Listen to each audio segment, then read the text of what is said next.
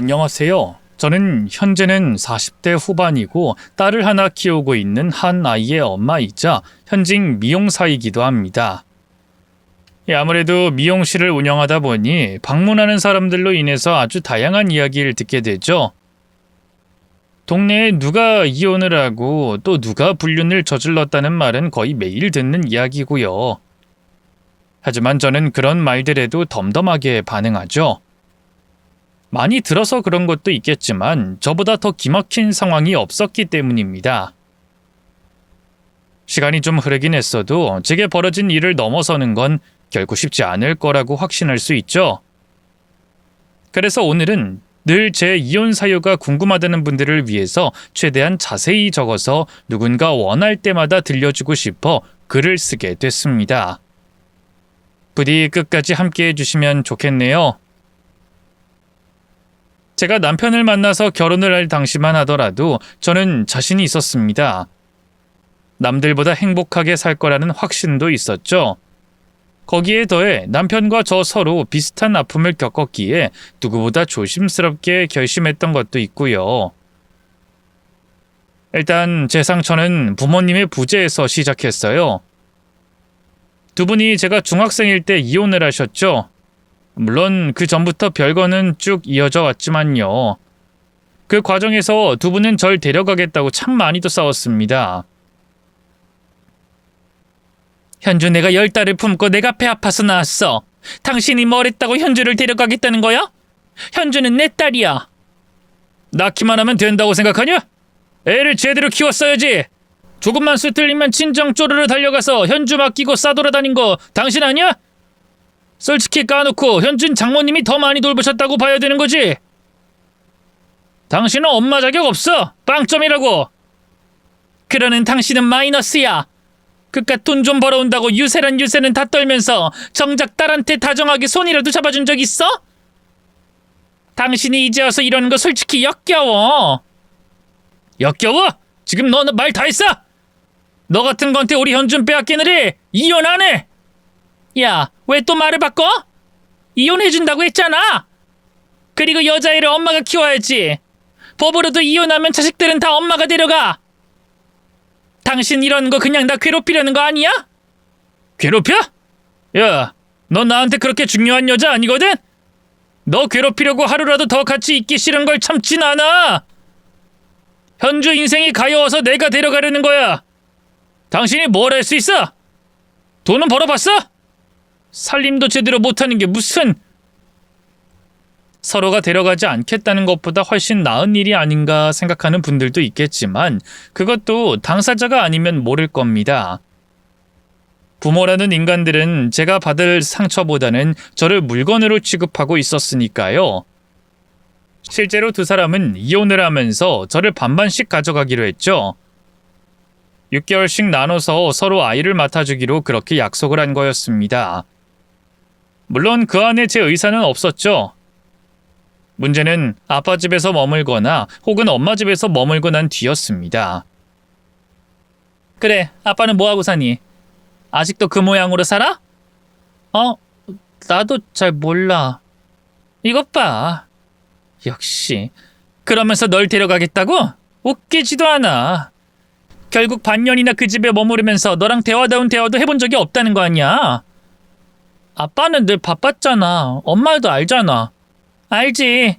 돈은 새똥만큼 벌어오는 주제에 세상의 모든 일은 자기가 하는 것처럼 보이잖아. 내가 몇 번을 널 빼앗기고 이 짓을 반복해야 하는지 모르겠다. 얼른 들어가서 짐 풀고 씻어. 그리고 할머니네 집에 가서 밥 달라고 하고. 또 나가? 엄마는 언제 오는데? 이게 다 널 위해서야. 엄마도 일을 해야 널 제대로 키우지. 그리고 현주, 넌 복 받은 거야. 다른 집 봐라. 애 안 맞겠다고 서로 미루고 싸우지. 이렇게 서로 맞겠다고 하는 경우가 흔해? 그러니까 넌 늘 감사하는 마음으로 그렇게 열심히 공부만 하면 되는 거야. 알았니? 엄마도 아빠도 또 주변의 사람들도 제게 복 받은 거란 말을 많이 했습니다. 하지만 저는 알고 있었죠. 그저 두 분은 서로를 미워한 나머지 저를 괴롭히는 수단으로 썼단 걸 말입니다. 뿐만 아니라 대외적으로는 자신들이 이혼을 하며 본인에게 잘못이 없다는 걸 알리는 용도로 썼죠. 제가 그렇게 확신할 수 있는 이유도 있었습니다. 제가 고등학교 입학을 할 무렵 두 분 모두가 경쟁하듯 재혼을 했고 동시에 저에게서 등을 돌렸기 때문이었어요. 두 사람 다 1년 중에 절반을 보지 못하는 제게 정이 없었고 특히나 당시 엄마는 아이를 가져 만삭인 상태였죠. 그러다 보니 어느 순간 불행했던 이전 결혼의 증거나 다름없는 제가 불편해졌던 겁니다. 두 사람은 이번엔 반대의 이유로 싸웠어요. 이래서 당신이란 여자가 싫었던 거야. 현주가 자기 딸이니 뭐니 가식 부리면서 나한테 주지 않을 땐 언제고 이제 와서 나한테 키우라는 게 말이 된다고 생각해? 딸이라며? 딸은 엄마가 키우는 거라고 당신이 당신 입으로 나한테 말했잖아. 이제 다 컸는데 아빠가 못 키울 이유 있어? 그리고 당신이야말로 능력이 있어야 한다고 그러니 본인이 키우겠다고 말했잖아. 남자가 치졸하게 한 입으로 두 말을 해? 난 모르겠고 안 사람이 원하질 않아서 그런 거야. 나도 현주 키우고 싶어. 근데 사정이 안 된다고 몇 번을 말해. 안 사람도 임신했어. 그래서 어쩔 수 없다고. 내 배는 안 보이니? 난 출산 예정에도 얼마 안 남았다고. 그리고 말이 나와서 하는 말인데 저번에 현주 갔을 때 당신 가족들이랑 여행 갔잖아. 그건 뭐야? 애가 1시간을 넘게 그 집 앞에 서 있다가 돌아왔어. 당신이 그러고도 아빠니? 덕분에 내가 일주일 더 맡았어. 알아? 착각했다고 했잖아. 하도 왔다 갔다 하니까 그럴 수도 있는 거 아니야? 잘도 착각했겠다. 내가 전화했을 때 당신 분명히 알겠다고 했잖아. 일부러 그런 거 내가 모를 줄 알아? 내가 당신을 몰라? 15년을 보면서 살았는데 일주일 더 맡은 게 서럽냐? 여기서도 계산기 두드려? 왜? 아주 시간 단위로 끊어놓고 더 보라고 하지? 너 같은 게 엄마라니 그 뱃속의 아이도 불쌍하다. 지금 당신 말 다 했어? 그러는 넌! 너 같은 건 아빠 자격은 있어? 현주는 빼놓고 지들끼리 하하호호 여행이나 간 주제에 애를 가졌다고? 그 애는 가엾고 눈물이 난다. 부모 자격도 없는 것들끼리 결혼해서 또 애를 낳은 것도 죄야. 벌 받아야 된다고. 이전처럼 답이 나오지 않는 상황에서 부모님이 선택한 것은 방치였습니다. 마치 녹아 빠진 조각배에 홀로 둥둥 떠다니는 그런 기분이었어요. 파도로 인해서 앞으로 휩쓸리고 바람 때문에 억지로 떠밀리며 제 10대를 온전히 보내야 했죠. 결국 저는 18살부터는 일은 자취까지 해야 했습니다. 그 누구도 저를 맡으려고 하지 않았기에 완전히 혼자가 된 거였죠. 부모님들은 서로가 생활비를 반반 내고 있으니 할 도린 다 했다고 생각했고요. 그러다 보니 저는 아주 어린 시절부터 결혼에 대한 생각, 이혼에 대한 분노로 인한 상처가 컸습니다. 당시 결혼하려던 그 사람과 잘 맞았던 것은 그 부분이었죠. 우리 엄마는 아빠의 첫 번째 부인이었어. 내가 본 것만 3번의 결혼을 더 했고 아마 모르긴 몰라도 여자는 더 많을걸? 진짜 불결하고 더럽다는 생각만 들어. 짐승 새끼도 그렇게는 안 살걸? 난 내 가정은 진짜 제대로 지킬 거야. 알지. 그래서 내가 오빠랑 결혼하려고 하는 거잖아. 우린 서로를 이해해 줄 수 있는 상처가 있고 아픔에 서로 공감도 하잖아. 그때 오빠도 많이 힘들었지. 그렇지. 매번 새엄마라면서 바뀌는 게 고역이었어. 나한테 잘 보이려고 하다가도 어느 순간에 갑자기 사라지고 또 바뀌었다가 또 사라지는 걸 봤으니까. 그래서 결국 11살 때부터는 엄마랑 계속 살았어. 엄마가 돌아가시지 않았다면 계속 그렇게 살았을 텐데. 그러게 어머님 참 좋은 분이었는데. 엄마 장례식에서 아버지가 나한테 아들이라고 하는데 소름 끼치더라. 더구나 20년 동안 한 번을 연락도 안 하던 인간이 이제 늙어서 힘없으니 자기랑 같이 살아달라니 진짜 뻔뻔하고 역겨워. 진짜 맘 같아서는 당장에 거절하고 싶은데. 알지. 그럼 그냥 무시할 순 없어? 우리 결혼도 앞두고 있잖아. 나도 그러고 싶어. 근데 그게 쉽지가 않아. 조금만 더 생각해보자. 남편이 고민한 것에는 이유가 있었어요. 연애만 5년을 넘게 했던 게 저와 남편이었습니다. 원래는 연애 2년 만에 결혼 이야기가 오갔지만 남편의 어머니가 암투병 중이었기에 계속 뒤로 미루고 있는 상황이었죠. 중소기업에 재직 중이었던 남편은 병원비만으로도 힘들었기에 결혼을 미루는 건 이해했습니다. 저도 미용사로 번 수익의 일부를 병원비에 보탤 정도였죠. 남편은 그런 제게 고맙다며 평생을 약속했습니다. 그런데 장례식에서 다시 아버지를 보면서 상황이 달라지게 된 거였죠. 자신을 3년 동안 부양하면 모든 빚을 갚아주겠다는 조건을 걸었던 겁니다. 뿐만 아니라 함께 살게 될 집도 저희 명의로 해주겠다고 했죠. 그러니 죽기보다 싫어도 고민이 된 거였습니다. 오늘도 전화가 왔어. 어떻게 할 거냐고. 빨리 결정하라고. 그 더러운 인간 늘 이런 식이지. 통보하고 결정하고 나한테 미안하단 사과도 하지 않는 그런 인간이었으니까. 저는 그 사람의 손을 잡고는 부드럽게 말했습니다. 그렇게까지 싫어하는데 같이 살지 않아도 돼. 빚도 차근차근 우리 둘이서 갚으면 되는 거고. 처음부터 그런 조건을 억지로 받으려고 하니까 고민을 하는 거지. 그래도 이미 현주 널 너무 많이 기다리게 했잖아. 나도 알아. 그냥 거절하면 된다는 거. 근데 그게 말처럼 쉽지가 않다고. 자그마치 1억 8천이야. 우리가 그 빚을 갚으면서 언제 집 사고 언제 애를 낳을 수 있겠냐고. 우리 둘 다 30이 넘었는데. 그야 그렇지만 좋아하는 사람이랑 사는 것도 힘든데 아버님은. 아버님이라고 부르지 마. 그 인간은 아버지 자격도 없으니까. 인간 말종 바람둥이, 자식보다 여자한테 미친 영감탱이지. 절대 그렇게 불릴 사람 아니야. 이거 봐. 이런 말 한마디에도 부들거리면서 어떻게 같이 살겠다는 거야. 빚을 갚아주고 아파트 사준다는 것 때문이라면 난 이렇게 고민 안 했으면 좋겠어. 근데 오늘 전화 와서 그런 말도 하더라. 자기가 운영했던 것도 나한테 물려주고 싶다고.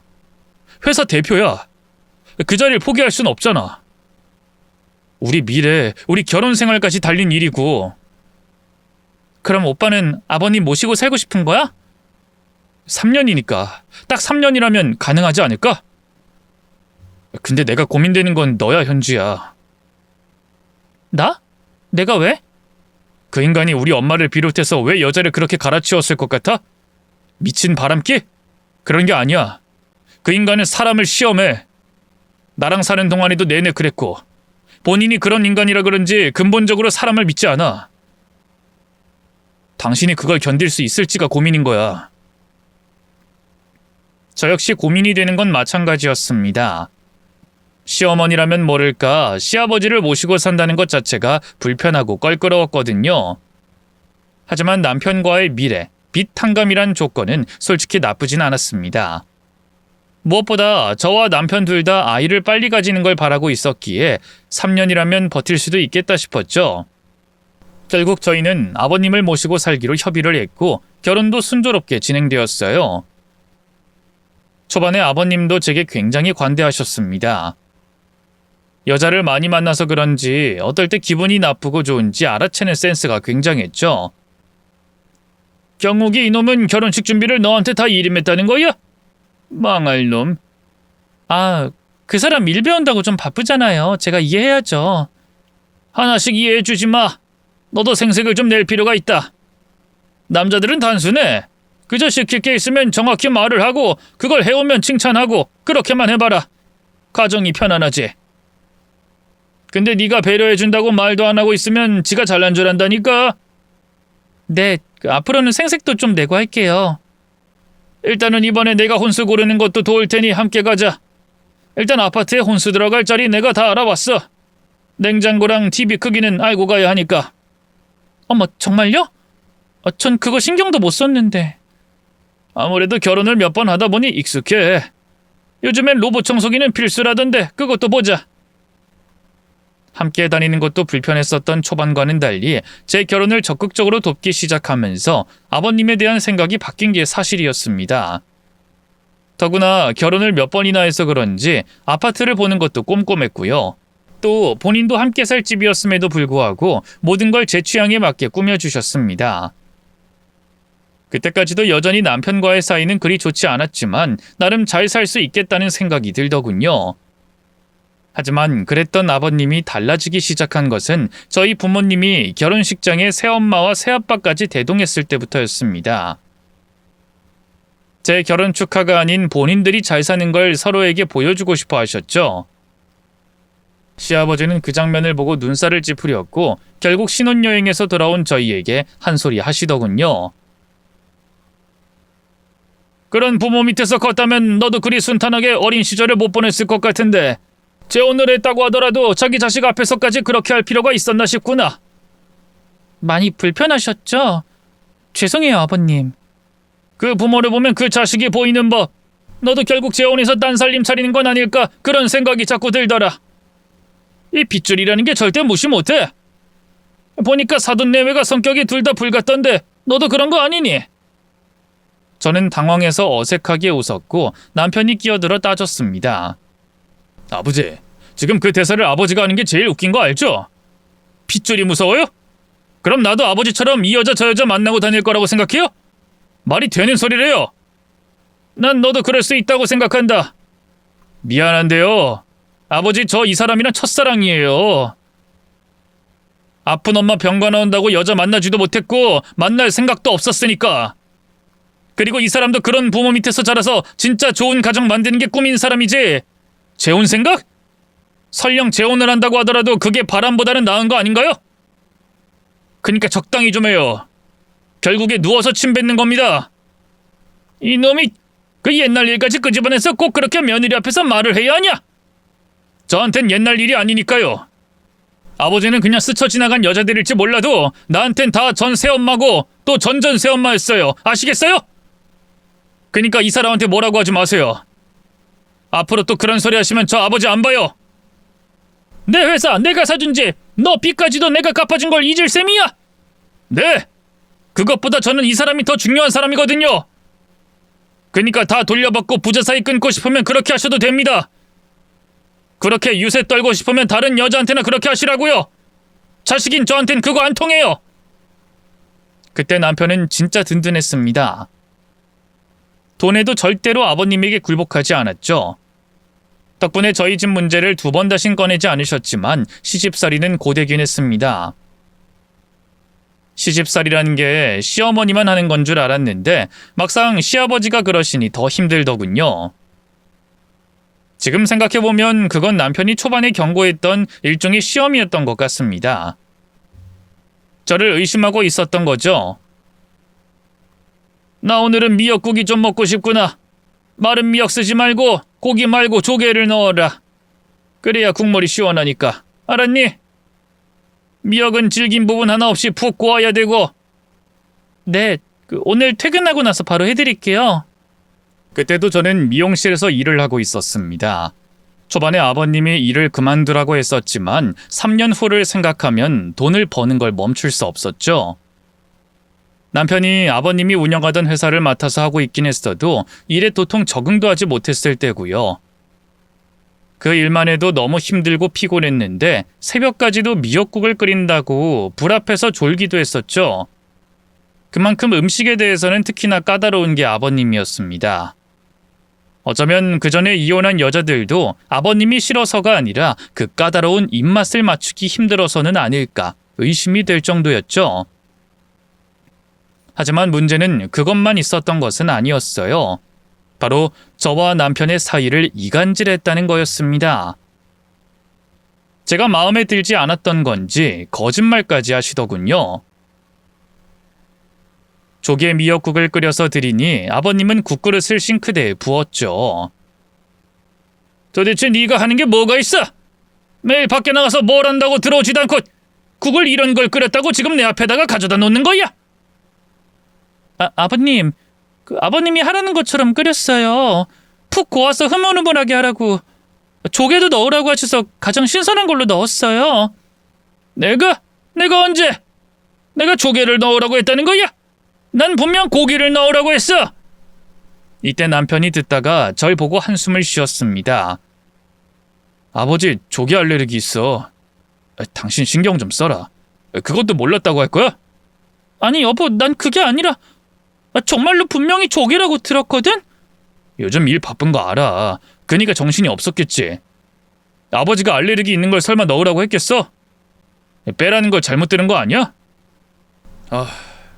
가뜩이나 나도 머리 아프고 힘든데 당신까지 왜 그래? 제발 우리 정신 좀 차리자, 응? 그래, 그런가? 죄송해요, 아버님. 제가 잘못 들었나 봐요. 그때는 뭣도 모르고 제가 피곤했다 이렇게 생각했습니다. 하지만 그런 일이 몇 번 더 일어나고서야 알게 됐죠. 아버님은 제가 일을 나가는 것 자체를 좋아하지 않는다는 걸 말입니다. 일을 그만두게 하려고 일부러 그랬던 거였어요. 남편을 통해서 들어보니 그런 이유가 있었죠. 기억은 잘 안 나는데 우리 엄마 다음으로 만난 여자가 바람을 피웠나? 그 다음 새엄마인지 모르겠다. 뭐 어쨌든 둘이 있었어. 둘이나? 둘이나 바람을 피웠다고? 둘 다 직장에 다니는 사람이었고? 그랬지. 바빴던 것 같아. 아침마다 나보다 일찍 나갔던 걸로 기억해. 그래서 아버지가 여자들이 집 밖에 도는 걸 싫어했어. 아이러니하지. 본인 생각은 안 하나? 우리 엄마 버리고 다른 여자를 찾아다닐 땐 언제고 자기 머릿속에서 자기만 정당하다는 거야. 에휴. 그럼 나도 그만둬야 하나? 그만두지 마. 다 본인 같다고 생각하니까 저러는 거야. 무시해. 우린 3년만 버티면 되는 거고 앞으로 그냥 더 늦게 와. 뭐하러 저 영감 비비를 맞춰? 적당히 해, 적당히. 남편이 그렇게 말하긴 했지만 전 그러고 싶진 않았습니다. 기간을 정해두고 산다고 하더라도 최대한 잘 지내고 싶은 마음이 컸죠. 그리고 다시 생각해보면 아버님 역시도 마음의 상처 때문에 저런다는 생각이 들어 안타까웠습니다. 그래서 저는 무시하기보다는 오히려 더 잘하려고 노력을 했죠.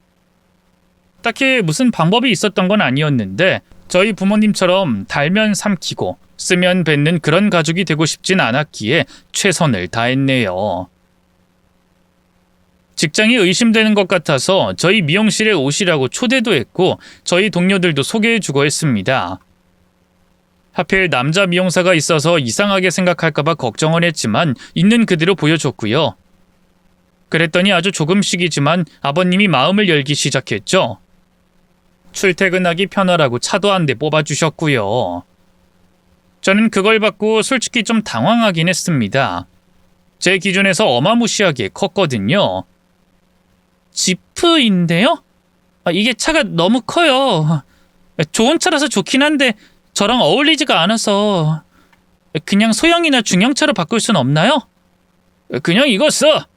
난 여자들이 자기한테 어울리려고 차 고르는 거 보면 눈이 뒤집혀. 코딱지처럼 작은 차에 몸 구겨놓고 불편하게 있는 것도 싫고.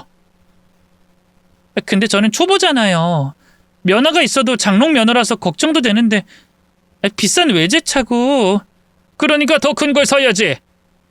교통사고라는 거 다들 뒷목 잡고 내리니 거기가 제일 위험한 줄 아는 사람들 많은데 사실 제일 위험한 건 다리야, 다리. 앞뒤로 차가 넓어야 그나마 다리가 보호가 되는 거고 작은 차들은 종이짝처럼 구겨진다고. 누가 봄나라고 사준 줄 알아?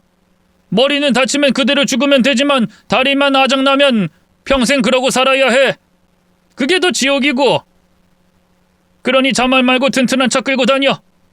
운전은 내가 가르쳐주마. 그렇게 주말에 한 번씩 한적한 외곽까지 나가서 저는 운전을 배웠습니다. 의외로 아버님은 그런 것에도 경험이 많은지 화 한 번 내지 않고 잘 가르쳐 주셨죠. 덕분에 저는 운전도 제법 잘할 수 있게 됐습니다. 양발 운전 습관도 완전히 고쳤고 핸들도 한 손으로 잡을 수 있는 정도까지 배웠거든요. 하지만 그런 운전보다는 아버님과 진짜 이야기를 할 수 있게 된 게 좋았죠. 그중 남편에 대한 속마음이나 결혼 생활에 대한 후회에 관한 이야기도 있었습니다. 아들을 그렇게 제 엄마한테 보내고 나서 마음이 참 안 좋았어. 내가 그때 그러지 않고 잘 키웠다면 지금은 사이가 좋지 않았을까 후회도 하고. 근데 왜 이혼하셨어요? 경욱 씨 친어머니랑. 뭐 성격 차이지. 다른 여자를 만나기도 했고. 그때 난 인정받고 싶은 마음이 컸거든. 돈이 많으면 편하긴 하지만 그만큼 주변 사람들을 의심하고 살 수밖에 없어. 돈이 없어도 날 사랑해줄 사람을 찾느라 한평생을 이렇게 떠돌이처럼 살았고. 나도 후회한다. 그냥 그때 눈 감고 모르는 척, 이해하는 척 살 걸 하고 말이지. 후회 많이 하세요? 후회한다. 그리고 너 의심한 것도 후회해. 내가 그거 꽂지 마. 약속해. 그날 이후로 아버님은 이전과는 많이 달라졌죠. 저에 대한 의심도 멈췄고 이전처럼 음식으로 타박하는 것도 하지 않으셨습니다. 하지만 그게 멈추니 다른 게 터지더군요. 한 번은 외식을 하고 있는데 남편이 전화를 받고 나가는 걸 유심히 보고는 조심스럽게 말했습니다. 네 남편 간수 좀 해야겠다. 요즘 이상하지 않니? 네? 아유, 아버님 또 그러신다. 약속 잊으셨어요? 저는 웃으며 상황을 무마했죠. 그런데도 아버님은 남편을 의심스러운 눈빛으로 보더군요. 초반이야 배울 게 많아서 그렇다고 치지만 지금 벌써 1년이나 지났는데 이렇게까지 바쁠 일이 아니란 말이지. 근데 퇴근도 너무 늦고 무엇보다 휴대폰을 엎어놓잖아. 저도 엎어둬요. 넌 10번은 엎으면 또 10번은 그냥 제대로 놓지. 애초에 휴대폰을 어디에 뒀는지도 모를 때도 많고. 근데 오기 쟤는 휴대폰을 아예 끼고 살잖아. 너 긴장 좀 하고 살아. 알았니? 솔직히 말이 되지 않는 이야기라서 그때는 웃어 넘겼습니다. 그리고 아버님이 그러는 것도 잠시뿐이었죠.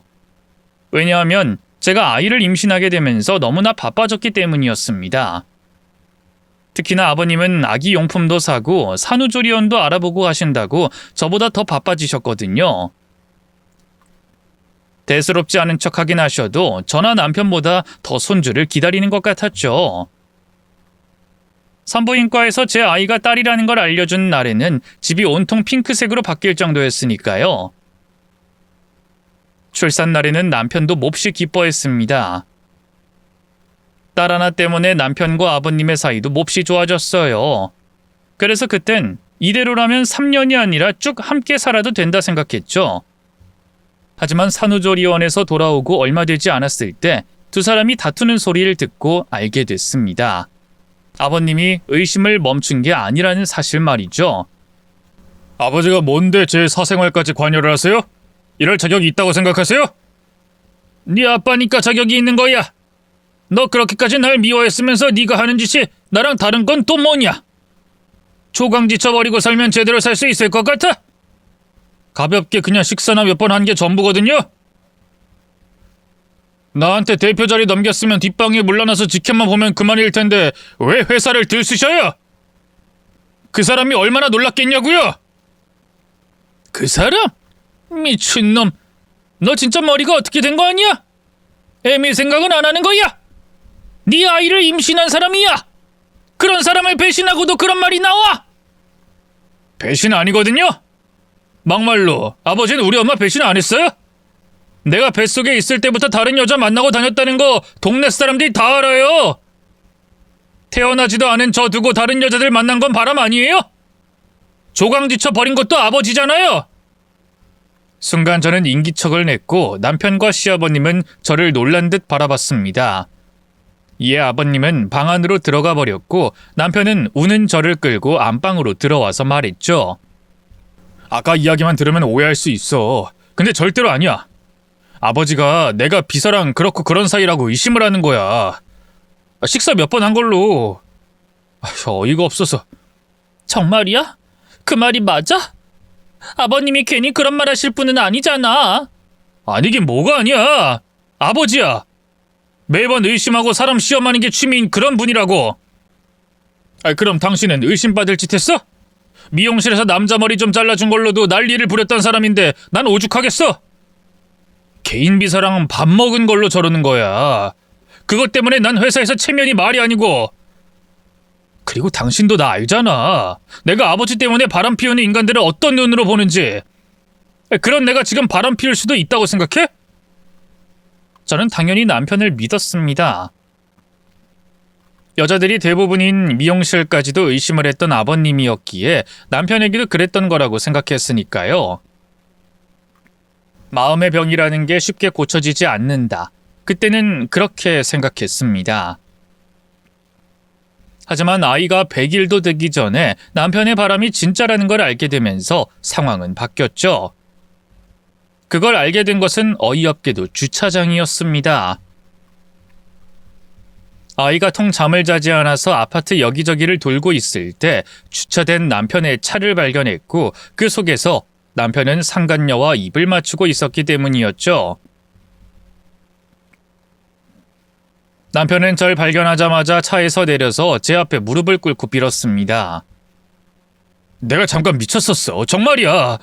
회사 일도 힘들고 집엔 들어오기 싫고 아버지 때문에 머리가 아파 죽겠는데 그래서 나도 모르게 실수했어.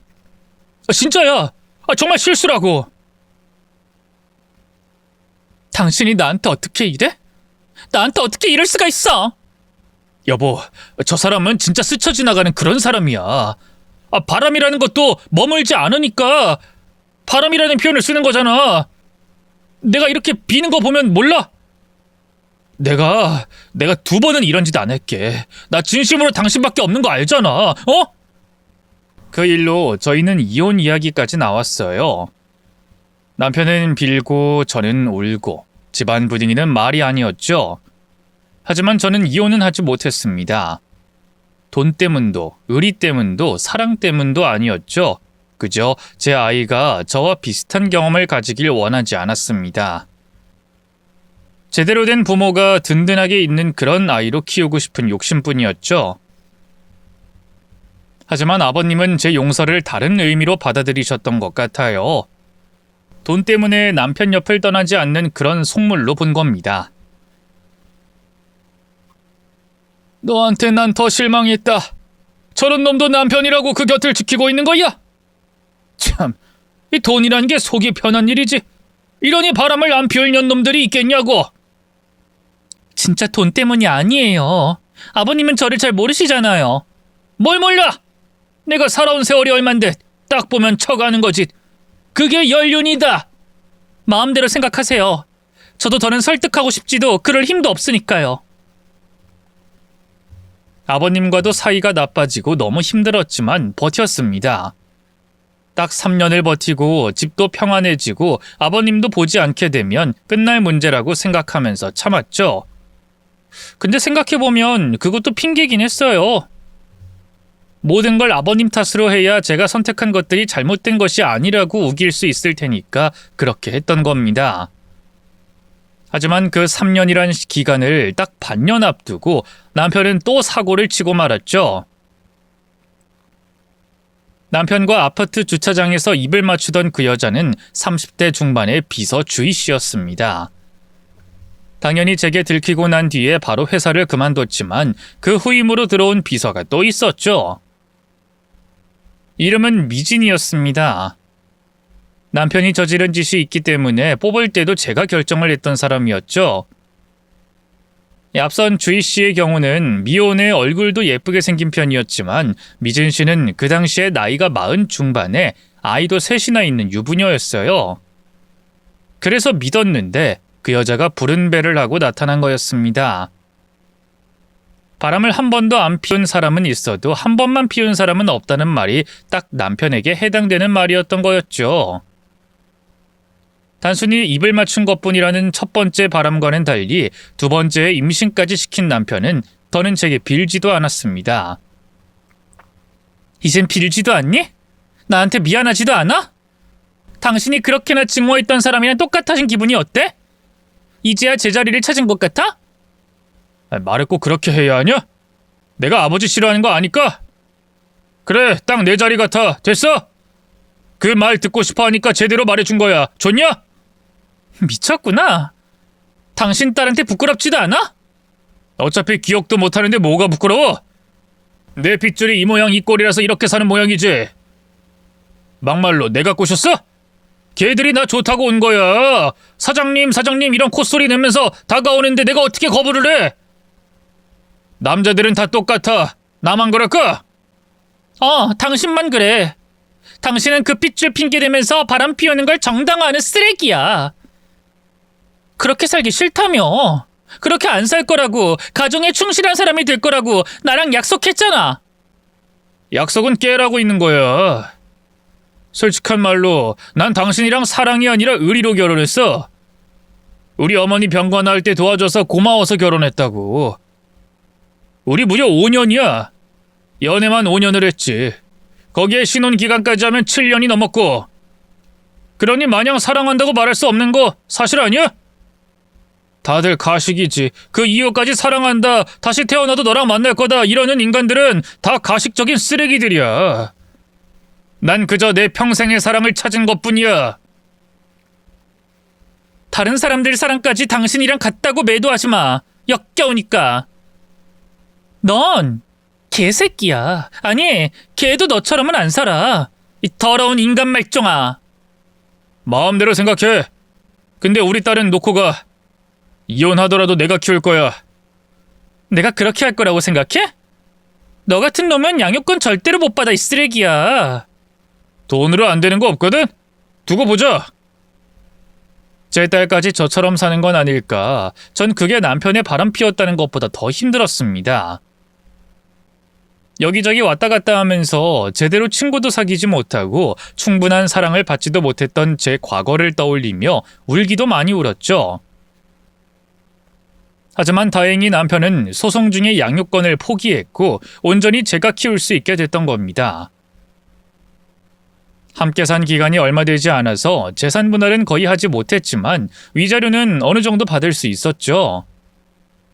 그걸로 가게도 내고 아이도 키우면서 잘 살 수 있을 거라고 자신했고요. 근데 사는 게 진짜 웃기더군요.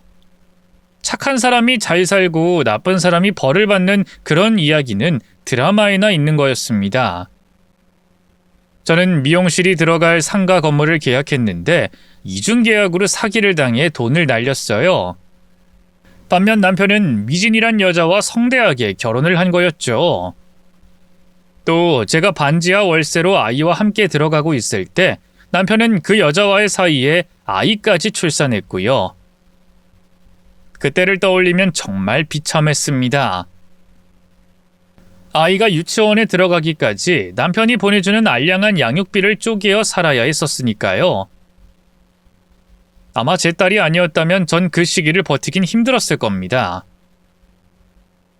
아이 장난감 하나를 사주지 못해서 들었다가 놓길 반복하는 그런 못나고 능력 없는 엄마였는데도 딸은 그런 저를 좋아해 줬으니까요. 그렇게 7년이란 시간이 흘러 저희는 그 지겨운 반지하 단칸방을 탈출했습니다. 엄마, 이게 내 방이야? 진짜 내 방이야? 응, 우리 딸 방이야. 책상도 놓고 예쁜 공주님 침대도 들여놓자. 컴퓨터? 그것도 사고. 진짜? 엄마, 나 너무 좋아. 완전 좋아. 이제 친구들도 초대할 수 있겠어. 응? 그래, 뭐 집 정리되면 그때 초대하자. 솔직히 그때 마냥 좋진 않았습니다. 반지하를 탈출하긴 했지만 달라진 것은 크게 없었거든요. 실은 저희가 이사를 가게 된 곳도 임대 아파트였습니다. 지어진 게 30년 가까운 오래된 복도식 아파트였죠. 햇빛이 쏟아지는 커다란 베란다가 있다는 것과 작은 방 하나가 있는 정도가 이전과 다른 점이었습니다. 그런데도 그 집을 가장 좋다고 하는 딸을 보면서 저는 더 열심히 살겠다고 다짐했죠. 그런데 그 무렵에 연락을 받게 된 거였습니다. 누가 죽어요? 그 사람이 경욱 씨가 죽었다고요? 그래, 네 전 남편 죽었어. 제게 연락을 한 것은 아버님이었습니다. 장례식장을 알려주시더군요. 솔직히 죽었다는 말에도 눈물도 나오지 않았고 보고 싶지도 않았지만 아이의 아빠였기에 고민 끝에 두 번째 날에 그곳을 방문했습니다. 하지만 당연히 분위기는 좋지 않았죠. 상복을 입고 있었던 게 미진 씨일 줄 알았는데 그게 아니라 주희 씨였기 때문입니다. 차에서 남편과 입 맞추던 그 여자요. 사모님이 여길 왜 와요? 설마 여기서 본처 행세라도 하려는 거 아니죠? 전전 부인인데. 저는 어이가 없어서 웃었죠. 제 아이 아빠니까 온 거죠. 본처? 그게 뭐라고 여기서 그걸 내세워요? 우리 조용히 그냥 왔다가 갈 테니까 날 세우지 마세요. 저 그쪽한테 기분 나쁜 것도 없고 그쪽이 이 사람이랑 결혼했다는 것도 몰랐으니까요. 몰랐다고요? 2년 전에 저랑 재혼했어요. 그 전부인이랑은 애 낳고 2년 뒤에 갈라섰고요. 어쨌든 전 바람도 아니었고 제가 지금은 본처라는 뜻이니까 괜히 유산 어쩌고 하면서 그 여자처럼 지저분하게 나오지 않았으면 좋겠어요. 그럼 저도 뭐라고 안 해요. 대충 알겠다고 하고 아이에게 인사시키고 드디어 아버님과 마주했습니다. 이혼 뒤에 처음이었죠. 아버님은 상복을 입은 여자를 노려보더니 제게 앉으라고 권하셨죠. 하이에나 새끼들 마냥 몰려왔더라. 친자 확인 소송이며 뭐며 그 녀석 죽기 전에 일을 많이 만들어 두고 갔어. 얼마나 복잡한지 여기 앉아있는 사람들 절반은 구경하러 온 것 같고. 그런 것 같네요. 근데 왜 그렇게 된 거예요? 암. 췌장암이었어. 나도 정확히 앞뒤 사정은 잘 몰라. 너 나가고 그 미진이란 비서랑 결혼했을 때 나도 그 집에서 아예 나왔으니까. 그 뒤에 또 이혼하고 저 여자랑 살았던 것 같더구나. 웃긴 건 그렇게 많은 여자랑 만났는데 갈 때는 혼자 갔더라. 고독사였고. 고독사. 암이라면 요양원이나 병원이라도 들어갔어야지. 왜 고독사를 했죠? 하도 여자들 사이에 있다 보니 혼자 있고 싶어졌나 보지. 저는 그 말에도 시큰둥하게 고개만 끄덕였죠. 유산은 없을 거다. 우기 저놈 남긴 돈 없어. 회사도 다 말아먹었고 저 주희라는 여자는 보험금 하나 보고 장례 치러주는 신용이라도 하는 것 같던데. 그렇겠네요. 그래서 말이다. 너한테 부탁이 하나 있어. 우리 우기 유품 정리 좀 해줄 수 있겠니? 저 며느리는 장례식에 조의금 들어온 거나 챙겨서 떠나겠지만 난 절차 마무리까진 해줘야 할 것 같아서. 아무래도 시간이 많이 없을 것 같구나. 여기 주소. 막판에 돈 보고 이혼을 안 한다는 등 그런 말로 저를 비난했었던 시아버님의 부탁을 들어주고 싶지 않았지만 그래도 저는 그 쪽지를 받아줬습니다. 아무리 사이가 안 좋았다고 하더라도 자식을 잃은 사람의 부탁이었으니까요. 무엇보다 죽은 자기 자식이 어떻게 살았는지 부모가 본다는 게 마음에 걸리기도 했죠. 그래서 저는 이튿날 미용실에 사정을 설명하고 겨우 시간을 빼서 그 주소로 찾아갔습니다. 아주 낡고 오래되어 보이는 원룸이었죠. 비밀번호를 모르니 집주인에게 연락을 했고 집주인에게서 남편이 어떻게 살았는지 대충 들었습니다. 얼굴은 시커멓게 해서 여기 들어올 때부터 불안했어요. 한 5달 그 정도는 살았는데 여기 누구 하나 찾아오는 사람이 없더라고요. 어떤 할아버지가 가끔 와서 먹는 거나 좀 챙겨주고 월세를 대신 입금해주고 그랬지. 아파서 죽었다니 그나마 다행이지만 죽고 나서 일주일을 계속 여기 있었다니까 내 입장에선 좀 그래요. 찜찜하고 꿈자리도 사납고. 네, 얼른 정리해서 갈게요. 걱정 마세요. 그래요. 그럼 좀 수고 좀 해줘요. 특수청소업체 불러서 정리해준다니까 필요한 것만 싹 챙겨서 가시면 되고요. 냄새가 빠지질 않아서. 하도 겁을 줘서 비밀번호를 누르면서도 긴장했었습니다. 그런데 막상 안으로 들어가 보니 물건도 없고 너무나 깔끔했죠. 오히려 그게 좀 더 슬펐습니다. 텅 빈 냉장고에는 진통제로 보이는 약들이 정리돼 있었고 살림살이라고는 이불 2채 그리고 2박스 정도 되는 짐뿐이었어요. 마치 본인의 삶을 정리하려고 했던 것처럼 깔끔했죠. 그렇게 당당했으면 좀 잘 살던가. 막판에 이게 뭐야? 저는 남편에게 말하듯 혼잣말을 했습니다. 그리고 남은 짐들을 살피기 시작했죠. 진짜 웃기게도 그 사람이 가진 것 중에 가장 큰 짐이 앨범이었다는 겁니다. 마치 트로피처럼 3권을 전시를 해뒀더군요. 당연히 저와 제 딸의 사진도 있었죠. 한 장씩 넘겨보면서 추억을 회상하고 있을 때 툭 하고 종이 하나가 앨범 사이에서 떨어져 나왔습니다. 전 아내는 이 편지를 꼭 보시오 라고 시작하는 편지 봉투였죠. 이름도 뭣도 지칭하지 않은 그 편지를 뜯어보니 내용은 이랬습니다. 이걸 보고 있다면 그래도 내가 그리 나쁜 삶을 살았다고 생각하지 않아도 되겠네. 죽을 병에 걸렸다는 소리를 듣고 난 내내 불안했어. 내 선택이 잘못된 건 아닐까? 날 진심으로 사랑해준 사람이 있었을까? 그래서 난 이 방법을 택하게 된 거야. 만약 이걸 본다면 아래에 적힌 주소로 가줬으면 좋겠어. 내 마지막을 정리해준 대가를 받게 될 거야.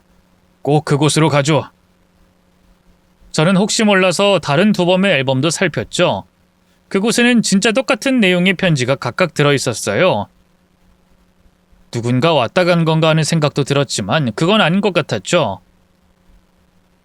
그 누구도 편지 봉투를 뜯어본 적이 없는 것처럼 밀봉이 되어 있었기 때문이었습니다. 그러니 특정한 이름이 없이 모두에게 똑같이 쓴 거라는 걸 알게 됐죠. 이 인간도 시험하네. 그 아버지의 그 자식이 맞구나. 한심하고 짜증이 나긴 했지만 그럼에도 그게 유언이라는 생각이 들어 차마 무시는 못했습니다. 그래서 주소지를 찾아갔고요. 헌데 그곳에서 나온 것은 다름 아닌 시아버지였습니다.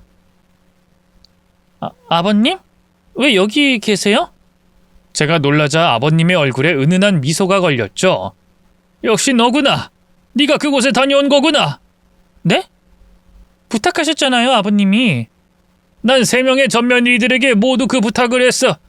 근데 그 중에 아무도 그곳에 간 사람이 없었고 지금 다른 2사람은 남은 유산을 서로 가지겠다고 싸우고 있을 거다. 변호사까지 대동해서 말이지. 자세한 이야기는 들어와서 하자. 아버님은 이전의 이야기를 차근차근 설명하시기 시작했습니다. 시작은 죽은 남편의 친모를 만났을 때부터였죠. 그땐 아내가 자기 아이를 가졌다는 소식에 기뻐하던 때였다고 했습니다. 당시 우리 어머니가 살아계실 때 경욱이 엄마가 참 힘들어했어. 아들을 낳으라는 압박이 심했을 시기였으니 그랬겠지. 아이는 생기지 않고 그래서 매일 울고 그런 아내를 달래줬지. 달밤에 물 떠다 놓고 기도를 할 정도로 우린 간절했고 마침 경욱이가 생긴 거야. 그런 일이 있었군요. 근데 그때는 사이가 좋았나 봐요. 성격 차이라고 하시지 않았어요? 사실은 그게 아니야. 경욱이는 내 아내가 바람을 피워 낳은 자식이다. 그러니까 경욱이는 내 친자식이 아니라는 말이지. 네? 하지만 제가 들었던 건 그 사람이 다른 사람을 만난다는 걸 알고 나도 홧김에 밖으로 나들기 시작했어. 나도 젊었고 오기가 있었고 그런 날 보면서 조금이라도 상처받길 바랬거든. 근데 또 임신을 한 거야. 나와는 잠자리를 한 번 하지 않았는데 임신을 또 한 거지. 그리고 알게 됐어. 내가 애초에 아이를 가질 수 없는 하자가 있었다는 걸. 막상 그러니 아내는 본인의 바람을 정당화하더구나. 임신을 하라는 압박 속에서 어쩔 수 없었고 내가 하자가 있으니 그냥 참으라고. 미친... 죄송해요. 아니다. 미친년 맞지. 근데 난 그 사람을 사랑했어. 그리고 경욱이도 내 자식이라고 생각했고. 헌데 아내는 이혼을 요구하더라. 난 가정을 지키려고 했지. 근데 그 독한 여자가 자기 새끼까지 버리고 남자랑 눈이 맞아서 도망을 친 거야. 그래서 내가 11살까지 키운 거고. 근데 다시 찾으러 온 건가요? 근데 안 주려고 했다. 그런 여자랑 경욱이가 살면 뭘 배우겠나 싶어서. 근데 날 협박하더라. 친자식 아니라는 걸 말해버리겠다고 하면서 말이야. 차마 아들에게 그런 상처까지 주고 싶지가 않았어. 그래서 아이를 줬지. 그 뒤에는 막대한 양육비를 주었고 시어머니는 그 돈으로 또 남자들을 몰래 만나고 다녔다고 했습니다. 경욱 씨는 그걸 감쪽같이 모르고 있었고요. 오로지 본인의 아버지 때문이라는 모든 책임을 전가하면서 그런 어머니와 함께 살았던 겁니다. 아니 왜 억울하게 그걸 뒤집어 쓰고 계셨어요? 날 안 닮고 싶다고 해서. 그래서 차라리 잘 됐다 싶었어. 날 안 닮는다는 말은 즉 그 엄마를 닮지 않겠다는 의미로 들렸으니까. 날 미워하는 힘으로라도 그 녀석만이라도 제대로 살았으면 했거든. 그러다가 자기 엄마 죽고 결혼 이야기가 나오니 내가 제안을 한 거지. 3년만 제대로 함께 살아보자고. 그럼 그때 내 재산 모두 주겠다고 말이야. 내 잘못이지. 그땐 그냥 같이 있고 싶은 마음 반, 또 아들이 지 엄마를 닮았을까 불안한 마음으로 시작한 건데. 네? 그냥 취직시켜주고 빚 갚아주고 아파트 명의만 주시는 게 아니었다고요? 그래. 내가 가진 모든 재산을 주기로 했다. 대신 조건이 있었지. 아버님이 내건 조건은 저에게 자신이 가진 재산에 대해서 말하지 않은 것으로 애초에 여자에 대한 불신이 있었던 겁니다. 절대로 돈을 쥐어주지 말 것, 여유 있는 티를 내지 말 것과 같은 규칙들이 포함돼 있었죠. 그런데 제가 결국 남편과 갈라서자 시아버님 역시도 남편을 버린 거였습니다. 아내와 똑같이 바람을 피우고 뻔뻔하게 나오는 자식을 보는 게 싫었다고 하시더군요. 또 남편의 경우는 3년만 제대로 산다는 것에 가정을 지키는 조건이라는 걸 남편이 몰랐던 겁니다. 그렇게 딱 반년만 더 참았더라면 손에 넣을 수 있던 재산을 잃게 되자 남편은 반쯤 돌아서 술에 쩔어 살기 시작했고, 거기에 더해서 3년을 제대로 살면 다시 줄 거라는 희망에 바람을 피웠던 여자들과 차례로 재혼까지 했던 거고요. 하지만 결국 배신을 당했어. 나랑 팔자가 같은 건지 미진이라는 여자가 가진 애는 다른 남자의 아이였고, 지금 본처라고 주장하던 주희 걔는 아들이 암 진단 받자마자 친정으로 도망쳤지. 죽었다는 소식에 보험금이라도 타먹을 생각뿐이고, 뒤늦게 알고 죽어가는 아들을 챙긴 건 나였다. 수술도 시켰고 항암도 했는데 결국... 아버님은 거의 끝에 가서야 남편에게 모든 진실을 알려주었고 남편에게 사과까지 받았다고 했습니다.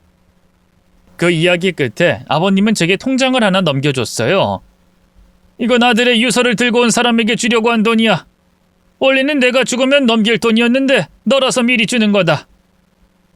난 꼭 네가 왔으면 했었거든.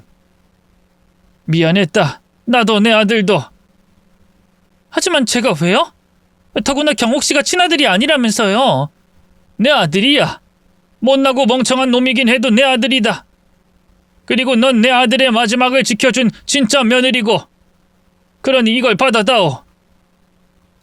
아버님은 끝까지 시험을 해서 미안하다는 말도 하셨습니다. 기분이 썩 좋은 것은 아니었지만 평생을 여자들에게 배신당하고 이용만 당했다는 사실을 알게 되니 이해가 되더군요. 아마 그게 저였어도 마찬가지였을 테니까 말이죠. 하지만 안타까운 부분도 분명히 있긴 했습니다. 차라리 남편이 그걸 좀 더 빨리 알았더라면 어땠을까 하는 마음도 들었죠.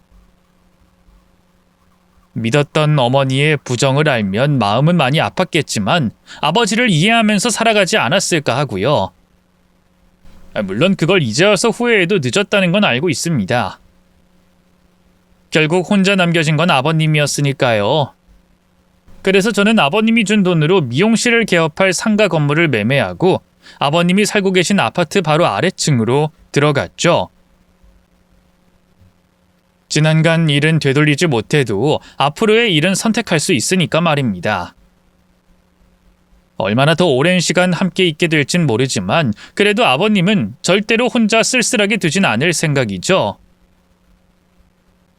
남편 죽고 3년이 넘어가는 현재까지도 저희는 매일 왕래하면서 그렇게 살고 있어요. 아침이랑 저녁은 늘 함께 먹고 염색도 매번 제가 손수해드리고 있고 말입니다. 저희 딸도 아버님을 잘 따르고 좋아하니 나름 완벽한 가족이 되었다고 봐도 될 것 같아요. 이제 바라는 건 몇 개 없죠. 일단은 아버님이 건강하게 잘 사셨으면 좋겠습니다. 그리고 좋은 분이 있다면 아버님이 다시 한번 도전을 해보셨으면 좋겠다는 생각도 드네요. 물론 이제 결혼이라면 질색을 하시는 것 같긴 하지만 저희 아버님이 인기가 굉장히 많은 편이라서 아깝습니다. 센스도 있지, 여자들 배려도 잘하지, 돈도 많지. 진짜 완벽하시거든요. 저는 언제든 환영이니까 좋은 분이 있다면 미용실에 꼭 한번 데리고 오셨으면 좋겠어요.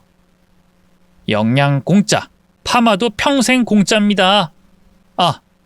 참고로 이 글이 뽑힌다면 아버님과 미용실에서 함께 듣고 있을 것 같은데 부디 좋은 댓글만 가득했으면 좋겠어요. 아버님이 이런 거 하나씩 다 읽어보시는 분이거든요. 그럼 저는 이만 열심히 머리를 하러 가보겠습니다. 끝까지 함께 이야기 들어주신 분들에게 행운이 가득하길 바랍니다.